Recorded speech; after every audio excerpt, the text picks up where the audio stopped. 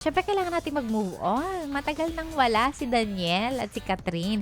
May video daw si Daniel Padilla dati na inuuga niya yung sakura tree, which is very disrespectful for Japanese. Nagva-viral ang issue nung nakaraang birthday ni Daniel Padilla. All because ang sabi nila, okay, baka nagpapaka-aesthetic lang si Daniel Padilla tungkol dun sa rising sun flag ng Japan. So parang design yata ng cake yon kung hindi ako nagkakamali. It has a history behind it and marami ang may hindi gusto, ayaw dun sa symbol na yon.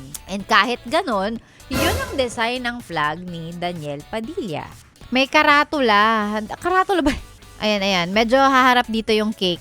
Yon. Kita nyo ba yon?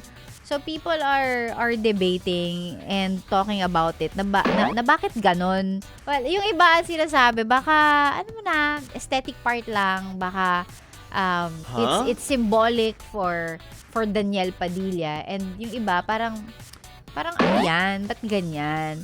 So parang pinag-uusapan tuloy yung dati niyang ginawa. May video daw si Daniel Padilla dati na inuuga niya yung sakura tree, which is very disrespectful for Japanese. Kasi super iconic ng sakura, ng cherry blossoms, no, sa mga yespla nating Japanese. And apparently, there was an issue before na nakita si Daniel Padilla na inaalog yung cherry tree, yung cherry blossom tree, para malaglag yung mga flowers niya. Kasi ang ganda ng itsura pagka nalalaglag yung mga flowers. Parang merong cherry blossom snow, parang ganon.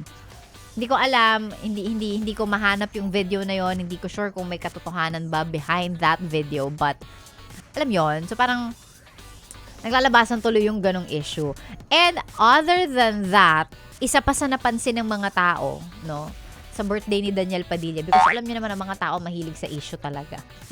Isa pang nakita nila na mukhang botong-boto ang nanay ni Daniel Padilla sa bago niyang rumored girlfriend. Rumored pa lang kasi parang hindi pa naman sila nagko-confirm. Talagang confirmed na ba sila? Nakikita sila together. And dito sa birthday ni Daniel Padilla, andoon si Kyla Estrada. At magkahawak kamay pa sila ng mama ni Daniel na si Carla. Wow. So parang nakikita ng mga tao na wow, sobrang botong-boto ang mother dear, ang inang mother kay Kyla. And kailangan natin mag-move on. Matagal nang wala si Daniel at si Catherine. And I believe pareho na rin silang may kanya-kanyang relationship.